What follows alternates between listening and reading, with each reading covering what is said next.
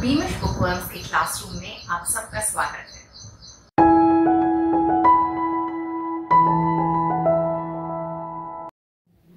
बच्चों, आज हम a synopsis the Swiss family Robinson का पार्ट 2 पढ़ेंगे और समझेंगे। पढ़ना शुरू करें। One day they found that one of the family's huts had been completely destroyed and the cultivated fields around it had been trampled and ruined. There were huge footmarks everywhere. Father saw massive damage to trees as well as many huge footprints which he identified as belonging to an elephant herd. The next morning, the family began to design a new defense to discourage old wild animals from entering their cultivated lands. They also finalized their ideas about the new residence. Rather than building a house on stilts, which the elephants could knock down easily, they would use 4 strong trees growing in a square near one another as the foundation. The trees were of equal size, approximately 12 feet apart. Thus, they built another safe home. Trampled माने कुचलना, massive माने विशाल। एक दिन सुबह उठने पर परिवार ने देखा कि उनके द्वारा बनाई एक झोपड़ी पूरी तरह से टूटी हुई है और उसके साथ आसपास जो खेती बाड़ी की गई थी वो भी कुचलकर नष्ट कर दी गई है। हर तरफ बड़े बड़े पैरों के निशान थे। आसपास के उगे वृक्षों को भी क्षति पहुंची थी। हर तरफ तबाही के ही दृश्य थे। विलियम ये सब देखकर ही समझ गए कि यहाँ एक हाथी का झुंड आया था। इस खतरे से भी अब उनको जूझना था। अगली सुबह पूरा परिवार अपने घर को और खेती-बाड़ी को सुरक्षित करने में जुट गया। परंतु ये बात तो साफ थी कि ये घर अब उन्हें बदलना ही पड़ेगा। उनका नया घर मजबूत होना चाहिए, इतना मजबूत कि हाथी या कोई अन्य पशु उसे तोड़फोड़ न सके। 4 स्ट्रॉन्ग ट्रीज के ऊपर उन्होंने घर बनाने का सोचा। ये चारों वृक्ष एक समान हाइट के थे, एक समान दूरी पर थे। खूब परिश्रम से उन्होंने अपना नया घर तैयार कर लिया। आगे पढ़ें। 10 years passed and the young boys were now young men, and their parents were very proud.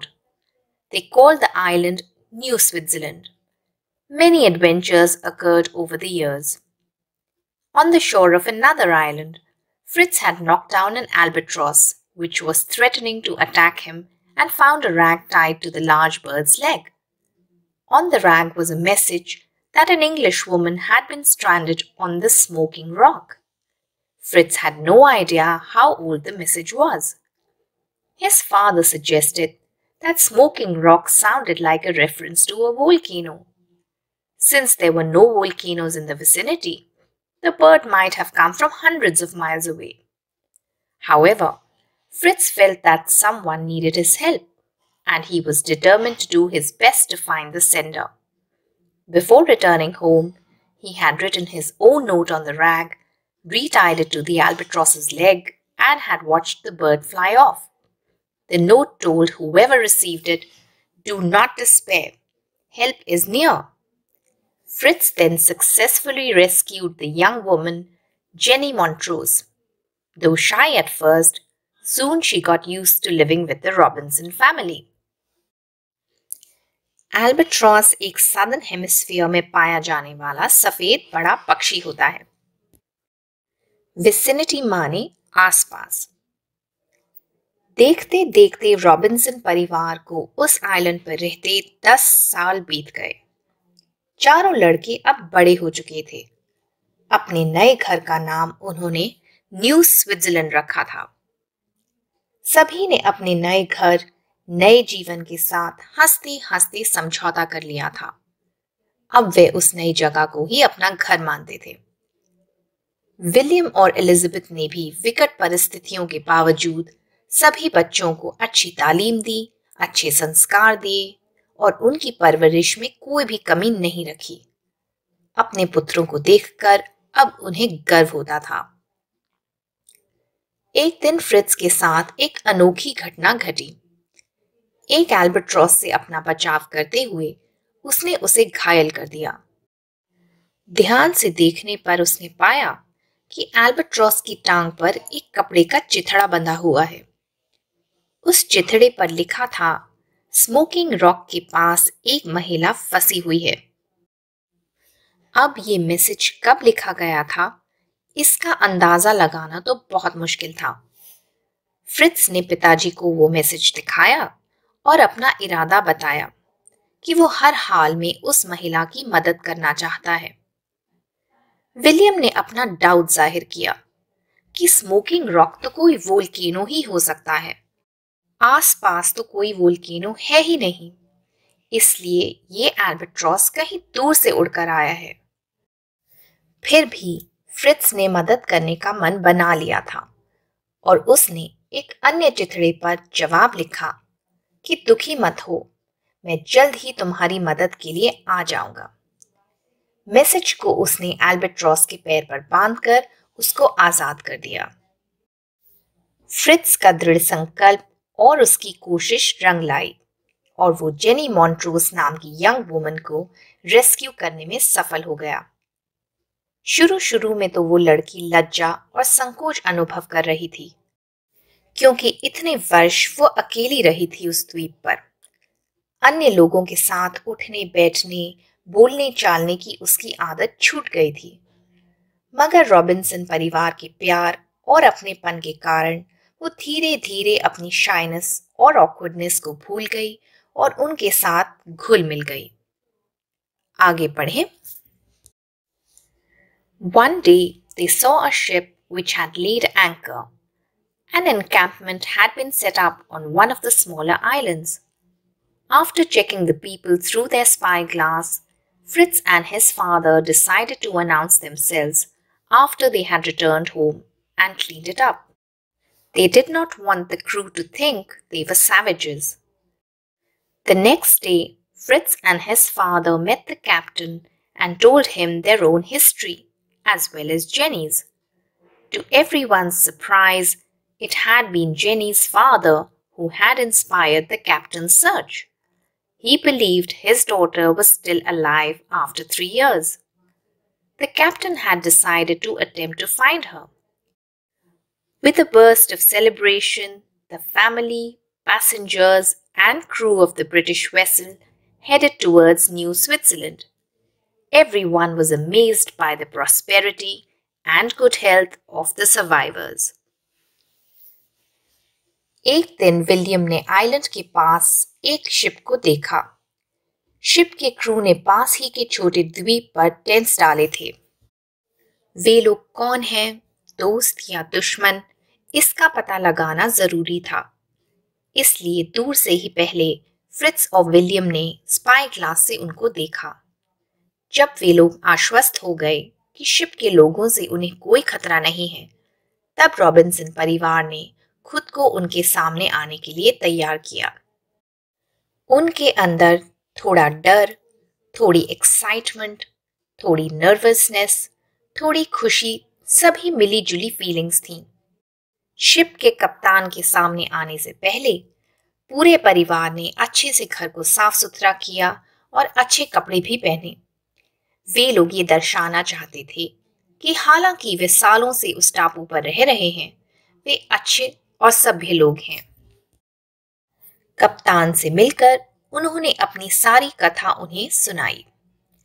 Jenny के विषय में भी उन्होंने कप्तान को बताया। उन्हें ये जानकर बेहद हैरानी हुई कि ये सर्च जेनी के फादर ने ही अरेंज करवाई थी।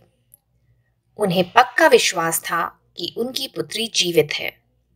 सभी लोग, रॉबिन्सन परिवार, शिप के पैसेंजर्स, शिप का क्रू उस बसेरे पर चल दिए जो रॉबिन्सन परिवार ने इतनी मेहनत से बनाया था, जिसका नाम उन्होंने न्यू स्विट्जरलैंड रखा था। सभी लोग उनका घर, उनके द्वारा की गई खेती बाड़ी, जीवन को सरल बनाने के सभी साधनों को देखकर बेहद हैरान थे।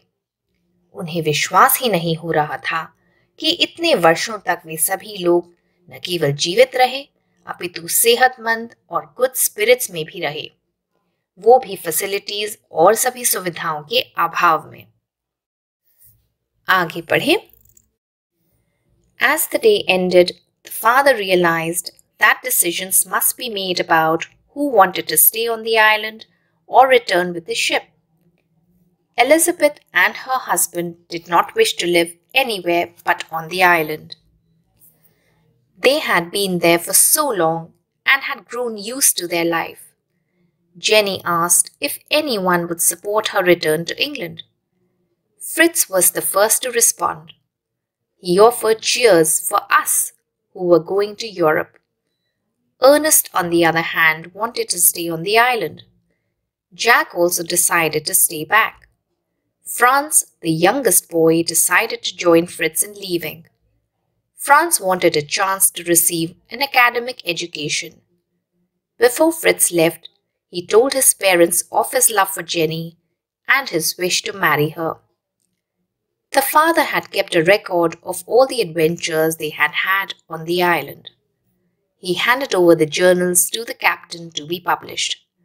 Then the ship departed. अब आखिरकार बात आई कि वापस यूरोप कौन कौन जाएगा। विलियम और एलिजाबेथ के लिए तो अब यही द्वीप उनका घर था। उनको इस स्थान से बेहद लगाव हो गया था। अब उनके लिए कहीं और जाकर रहना असंभव था। जेनी तो वापस जाना ही चाहती थी। फ्रिट्ज भी उसके साथ जाना चाहता था। दोनों एक दूसरे से प्रेम करते थे और विवाह करना चाहते थे। फ्रांस भी जाना चाहता था।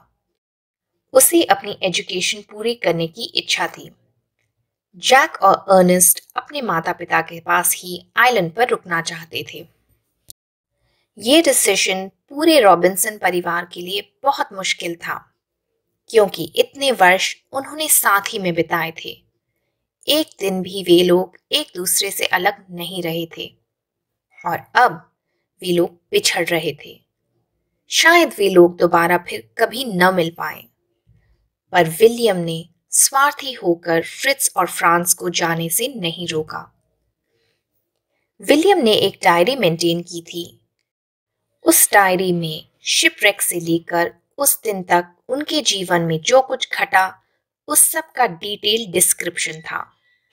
उसने वो डायरी शिप के कैप्टन को दे दी ताकि वो जर्नल को पब्लिश करवा सके।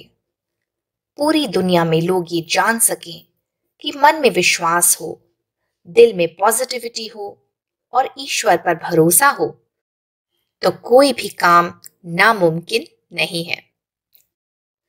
यहां पूरा होता है a synopsis the Swiss family Robinson का पार्ट 2।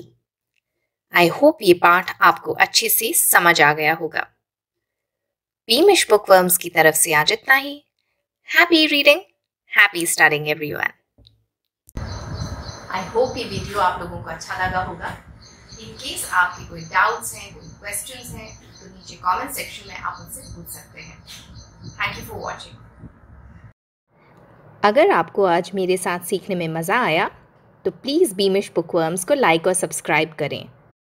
साथ ही में लगे बेल आइकन को ज़रूर दबाएं ताकि मेरे चैनल की सभी नोटिफिकेशंस आपको मिलती रहें। Thank you for watching.